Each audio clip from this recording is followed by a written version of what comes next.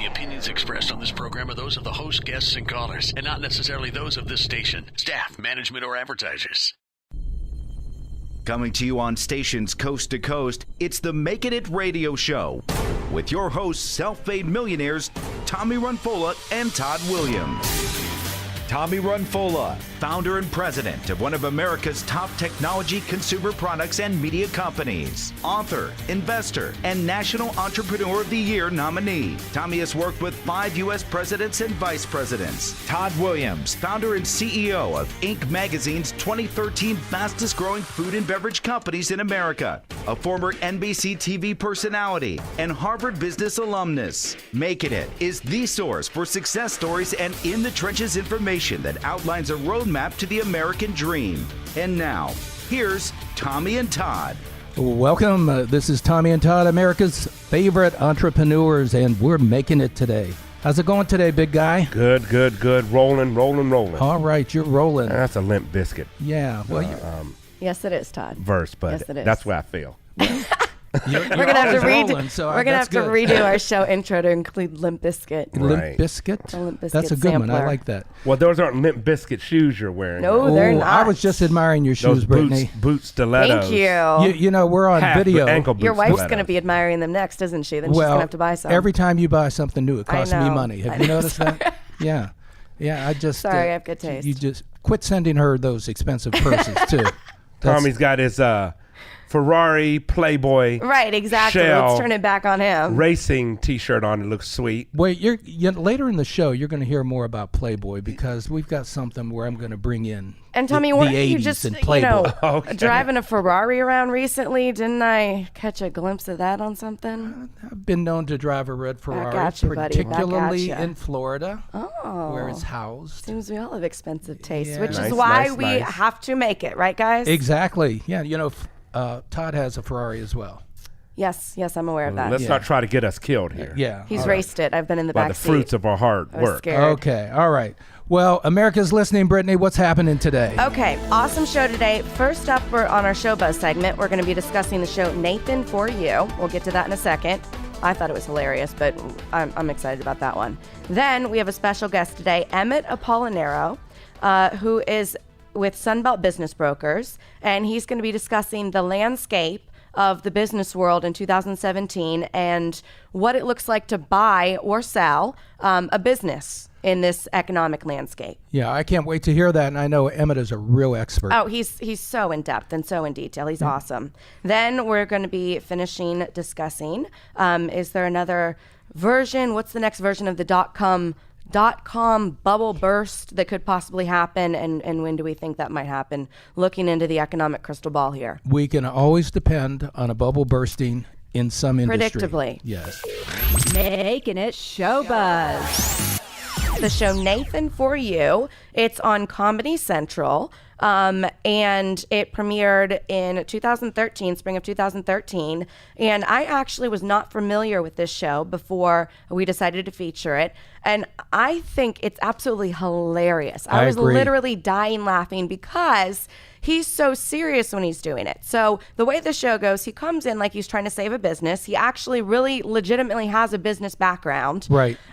He's great at running companies. And so he comes in like the prophet. He totally keeps a straight face.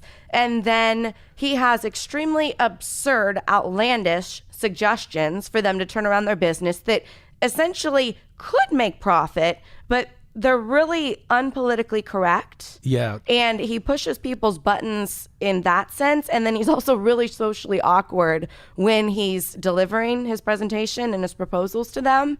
And he never breaks at all. And he stays totally serious. He stays totally committed to it. And then, like, it's almost like he's playing a joke on them and they never quite get it. So it's literally that awkward, but it's hilarious. It is hilarious. I've seen a couple episodes, and the guy's just, he's really funny, but he's so deadpan. He's so deadpan. And I wonder, is that his real personality or is that just his shtick? Right. Yeah. I mean, he's good either way. He's good at it either way. Well, they call what he does docu reality comedy. Okay. Okay. And it's really funny. He goes into these businesses. Yeah. At first, he goes in a disguise, like they won't recognize him. He has a fake beard, and it's really off the wall, but it's funny. So he goes in almost like a secret shopper, like undercover. Yeah, Okay. and then he comes back the next day with these, as you said, absurd solutions to whatever their problem is. Right. One that I really enjoyed was he went into a yogurt shop. Okay. And after checking them out and coming back the next day, here was his solution to get more traffic into the shop. Come up with a distinct flavor, the flavor of poo.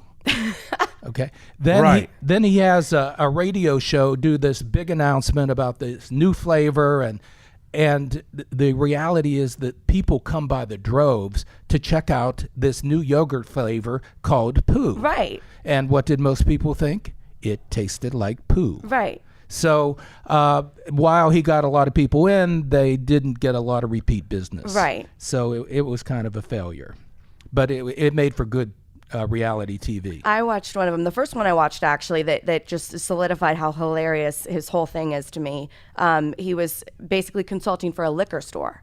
And so his idea was, you're really missing out on this underage market that has money and disposable income, right, but they can't legally, buy liquor. So his proposition was, let them buy the liquor and then basically put it on layaway, lock it in a cabinet, and they can come back when they're 21 and take it home. Oh, I'm sure that just exploded and sales. So the amount of political correct social awkwardness that then transpired, it was just hilarious to me. I think my favorite one was where he goes into this pizza shop, mm-hmm, and they want to get more business, like every business wants to get more business. Mm-hmm. And he gives them an idea to do an 8-minute delivery. Okay. And the guy says, we can't even cook the pizzas in 8 minutes. So how are we going to deliver them in 8 minutes? He said, it's 8 minutes or a free pizza. He said, we'll never make any money. We'll be giving away all of our pizza. He said, no, you don't understand.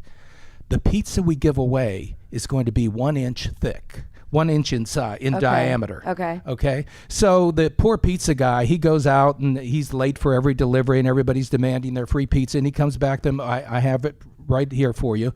And he gives them a 1 inch pizza. Like a Lunchable personal pizza, basically. Yeah. I mean, it's 1 inch around.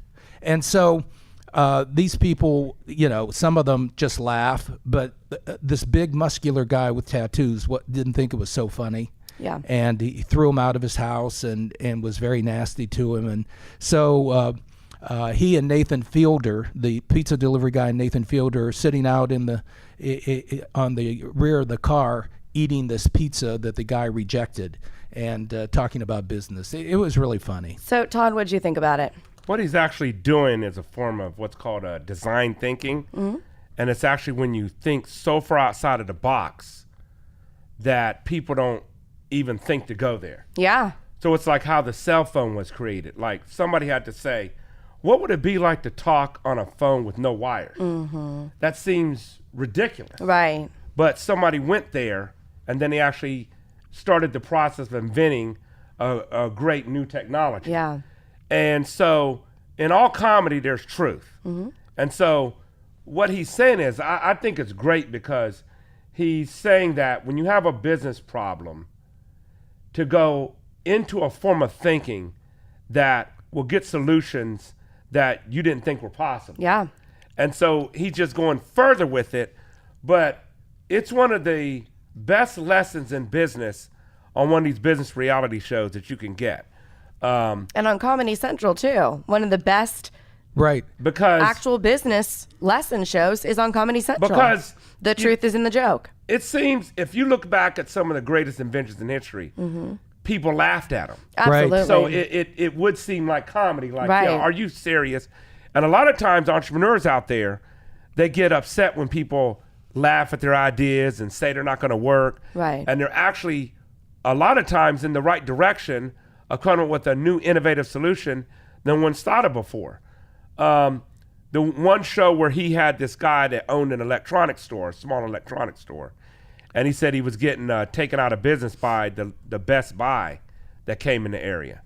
And he said he can't compete with their price match guarantee. And he said, because, they just say, we'll be any price, in the area.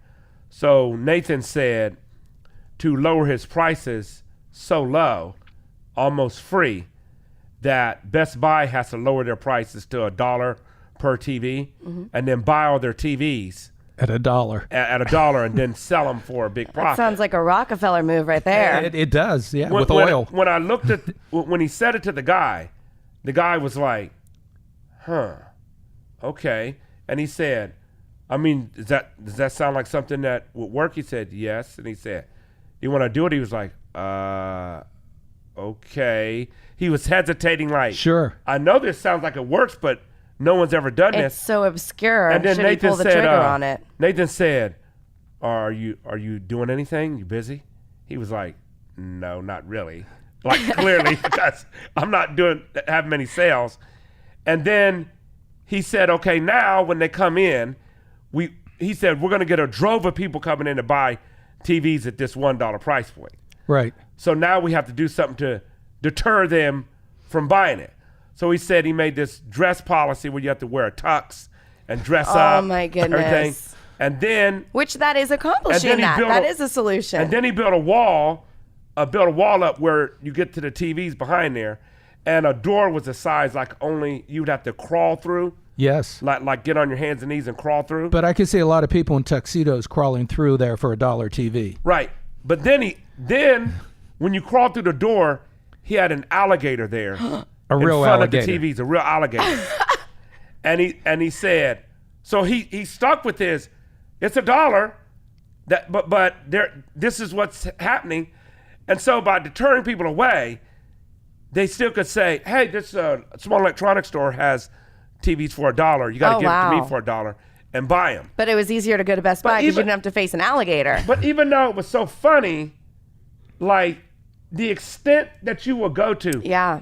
It reminds me in Sean Connery in The Untouchables, when the Elliot Ness character, played by Kevin Costner, came as he said, I want to take Al Capone down. And he said, well, what are you willing to do? And he said, how far are you willing to go?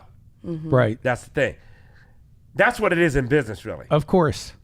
There's solutions. How far are you willing to go? Right. And that's what this show kind of shows. Yeah. You know, you're talking about entertainment, really. And I think Hollywood and entertainers in general are underestimated as to their business savvy.